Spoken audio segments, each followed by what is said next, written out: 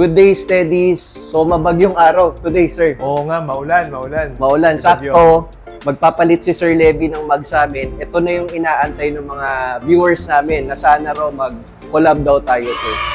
Then, magpapalit si Sir Levy ng method. Sir, matanong kita, sir. Ang ganda na ng VLF natin. Ba't mag-method pa tayo, sir?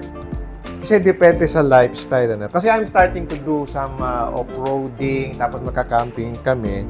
So, I want yung babagay dun sa lifestyle, no? So, kaya nag-decide ako, magpalit ako nitong nung method na 703.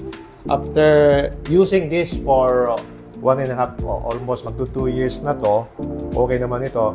But this one is really more on pamporma sa street. Yes, sir. Pero pag mag-off-road ka, kailangan natin ng medyo bagay dun sa gamit natin. Yes, sir. Speaking of forma, ibang klase talaga yung VLF na SO2R, sir. Oo. Nung nagkabit kayo, sir, ang dami naghahanap nito sa amin. Oo nga. Lalo na tong silver. Silver, no? Saka maganda dito, magaan. Magaang siya, sir. Actually, this is lighter by about 3 pounds than the 703. Yes, sir. Then, pili ni Sir Levy is bead grip. Bead grip tong method natin. Ang maganda dito, sir, is kaya niyang magbaba ng hangin. Tama, sir? Yeah.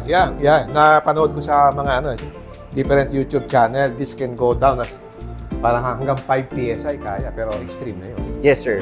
So, kami, sir, masuggest natin siguro safety yung mga 10. 10, ano? 10. Tama. Then, pagdating sa design, same pa rin.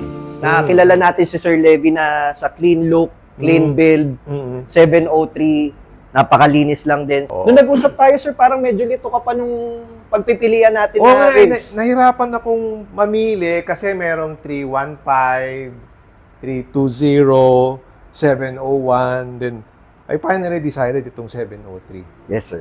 Maganda naman talaga, sir. Kasi ito, simple, may dating. Sa unang tingin mo, hindi mo siya ma-appreciate. Pero habang tumatagal, doon mo ma-appreciate yung ganda niya. Yes, sir. And sakto, magmamatch to dun sa Ford ni Sir Levy kasi method is US brand to. Yeah. And napansin ko rin, sir, nung nasa US ako, ang dami rin naka-method. Oo nga, no? Black Rhino, tsaka Fuel. Kasi American brand din yun eh. Yes, sir. So, magmamatch to sa So, Raptor natin. so, yung offset niya is 0, no? So, medyo papasok ng konti yung yung gulong ko. Kasi ngayon, nakalabas na labas siya, mga 1.5 inch. Yes, sir. Siguro mababawasan ng mga half inch. At saka yung ating mud flaps na na kinabit, medyo nakita mo medyo nakapasok. So naka-prepare na daw yun eh. Sabi nung ko eh. Para pag pinalitan na papasok. Sakto pala, sir, yung fitting ni Brian. Oo. So may counting yun.